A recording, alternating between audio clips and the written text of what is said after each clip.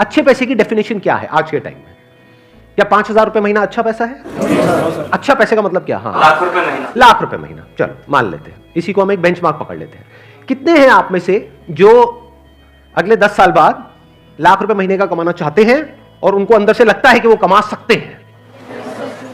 कितने हैं जो ये कहते हैं कि अगले 10 साल बाद अगर मैं महीने का 50,000 रुपए भी कमा रहा हूंगा तो बहुत है?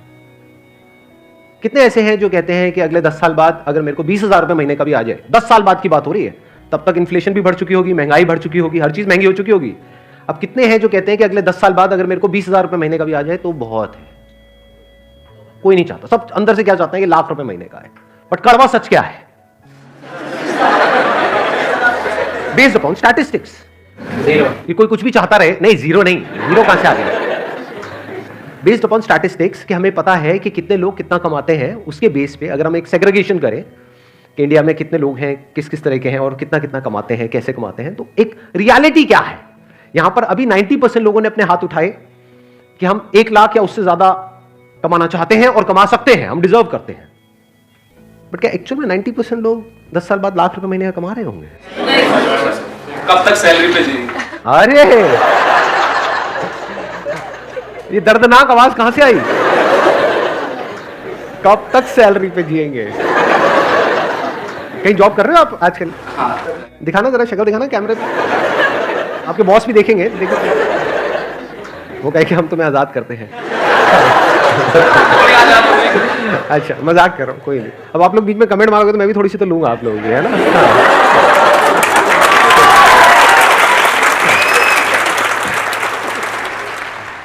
हम यहाँ पे देने के लिए आए हैं। देखो मैं तो उस तरह का हूं नहीं।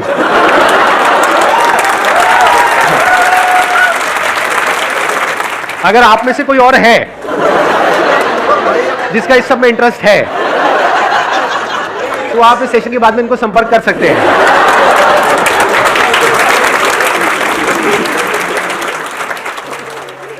तो अब हम कहां पहुंच गए थे? अभी हम कहां पे थे? देखो थोड़ा सा डिस्कनेक्ट हो गए। हाँ, 1 लाख। हाँ, रियलिटी क्या है कि यहां पर जितने लोग बैठे हैं उसमें से 90% ने अपने हाथ ऊपर करे थे कि वो 1 लाख रुपए कमा रहे होंगे। रियलिटी क्या है? 10 से 20% ऐसे लोग होंगे जिनका ड्रीम अचीव होगा, ड्रीम पूरा होगा, बाकियों का ये सपना ही रह जाएगा। तो क्या आप उस 10-20% में आना चाहते हो? यस और नो? यस और नो?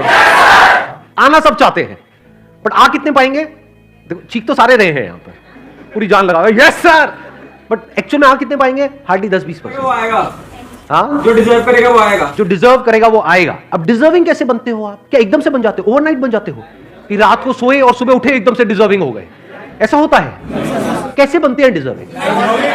कि अगले 10 साल में जो आप करने वाले हो वो डिसाइड करेगा कि आप डिजर्विंग हो या नहीं हो।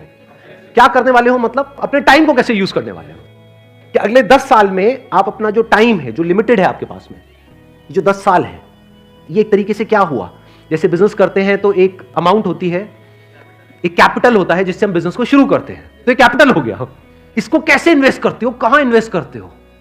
स्मार्टली करते हो, वाइजली करते हो, या बेवकूफों की तरह करते हो, या इसको वेस्ट करते हो? समझना ध्यान से, ऐसे बिजनेस में नहीं होता कि जो कैपिटल है उसको अगर ढंग से समझदारी से इन्वेस्ट किया जाए, प्रॉपर ब्रेक डाउन करके कि इतना पैसा इसमें लगाना है, इतना प्रोडक्ट में लगाना है, इतना मार्केटिंग में लगाना है, इतना डिस्ट्रीब्यूशन में लगाना है, अगर वो बंदा ढंग से प्लानिंग के साथ प्रॉपरली इन्वेस्ट करे, स्मार्टली इन्वेस्ट करे, तो चांसेस है कि जो उसकी कैपिटल है वो 10 गुना भी हो सकती है, 100 गुना भी हो सकती है, 1000 गुना भी हो सकती है। और अगर वो बेवकूफों की तरह इन्वेस्ट करे या उसको वेस्ट कर दे, पता लगा बिजनेस की कैपिटल उसने अलग करी थी और उससे अपनी अय्याशी कर रहा है, तो क्या होगा? जीरो। ऐसे ही टाइम के साथ में कि जो 10 साल है ये आपकी कैपिटल हो गई एक तरीके से। इसको आप कैसे इन्वेस्ट करने वाले हो, इसको आप कैसे यूज करने वाले हो, ये डिसाइड करेगा कि आप उस 20% में आओगे या नहीं आओगे। जिसने भी लाइफ में कुछ भी ढंग का किया है उसको ये कैलकुलेशन समझ आती है। वो क्या है? उसके लिए टाइम की वैल्यू पैसे की वैल्यू से बहुत ज्यादा है, क्योंकि अगर पैसा चला भी जाता है तो टाइम से आप वापस से पैसे को अर्न कर सकते हो, लेकिन अगर टाइम चला गया तो कितना भी पैसा खर्च कर लो, जो टाइम गया सो गया, वो वापस नहीं आने वाला। जैसे आप में से कितनों ने बिल गेट्स के बारे में सुना है? बिल गेट्स का नाम सुना है? सबने सुना है। उनके बारे में कहते हैं कि अगर उनका मान लो जेब से $100 का नोट गिर गया ना कहीं पर, $100 जो कितना हुआ 7,000 रुपए नियर अबाउट, अगर वो गिर गया ना, जितनी देर में वो झुक करके उठाएंगे ना, उससे ज्यादा का उनका नुकसान हो जाएगा। उससे ज्यादा का उनका टाइम खराब हो जाएगा। ये उनकी कैलकुलेशन है, आपके लिए नहीं है। कहीं आपका भी 2000 का पता चल जाए, मेरा टाइम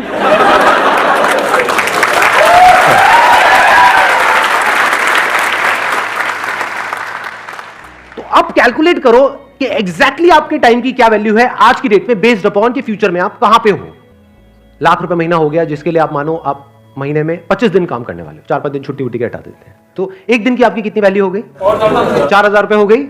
दिन में 8 घंटे आप काम करने वाले हो, तो 1 घंटे की कितनी वैल्यू हो गई? 500 रुपए हो गई।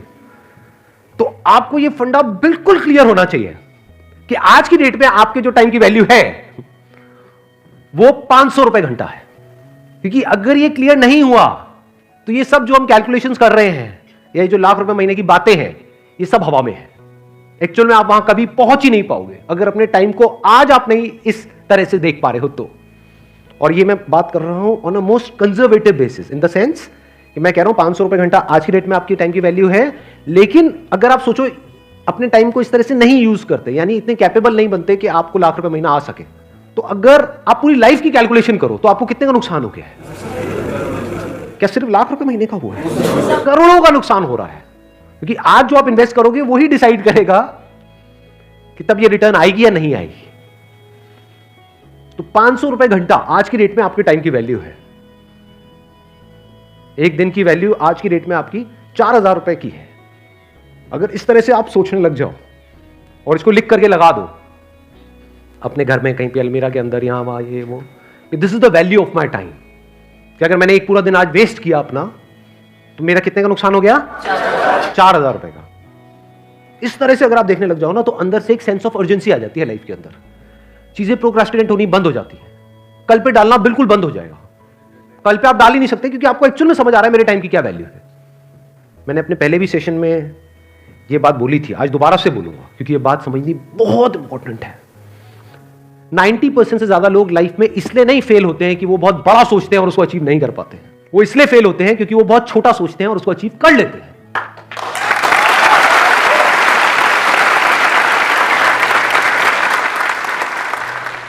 अरे गरीब इंसान कैसे अपने जो है वक्त को भी और पैसे को भी कैसे आपने बोल दिया कि हम ज्यादा पैसा खर्च करके अपने टाइम को बचा सकते हैं, लेकिन एक गरीब है, वो स्टूडेंट है और दिल्ली में रह करके पढ़ रहा है, उसके माँ बाप ज्यादा उसको नहीं कर पा रहे हैं, मतलब हेल्प नहीं कर पा रहे हैं उसकी, तो वो कैसे जो है अपने जो है टाइम को मैनेजमेंट करेगा और पैसों को साथ में लेकर के चलेगा?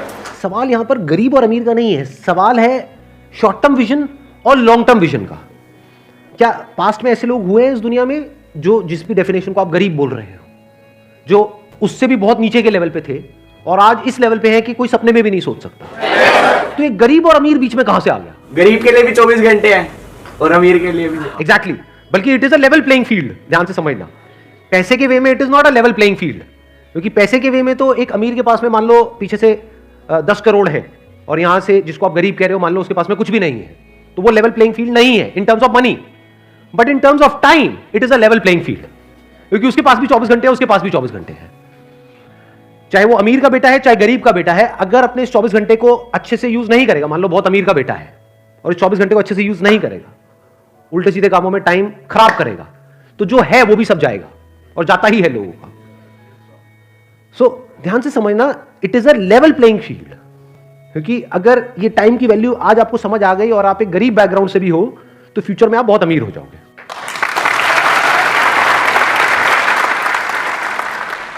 देखो ध्यान से समझो, मैं आपको थोड़ा सा फर्क बताता हूं, शायद आप समझ पाओ मेरी इस बात को। मैं पहले बिजनेस का एग्जांपल दूंगा, फिर टाइम में आपको एक्सप्लेन करूंगा क्या है।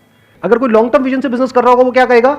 कहेगा मुझे इसकी परवाह नहीं है कि आज मार्केट में क्या हो रहा है, मुझे अपना एक ब्रांड बनाना है, जो ब्रांड 1 या 2 दिन में नहीं बनता है, जिसको बनने में 5 साल लगेंगे। उसके लिए मैं इतना इन्वेस्ट कर रहा हूं। एक बार मेरा ब्रांड बन गया और उस ब्रांड की रिकॉल वैल्यू है, तो ये जो मार्केट है जो एक्सट्रीमली कॉम्पिटिटिव है, जहां पे सब एक दूसरे से लड़ रहे हैं, मर रहे हैं, कट रहे हैं और जहां पर मार्जिन ऑलमोस्ट जीरो हैं, एक बार मेरा ब्रांड बन गया तो मैं जिस रेट में चाहूंगा उस रेट में बेचूंगा अपने माल को। अब यही जो बात मैंने बिजनेस में बोली, इसको लगाओ टाइम के कॉन्सेप्ट में।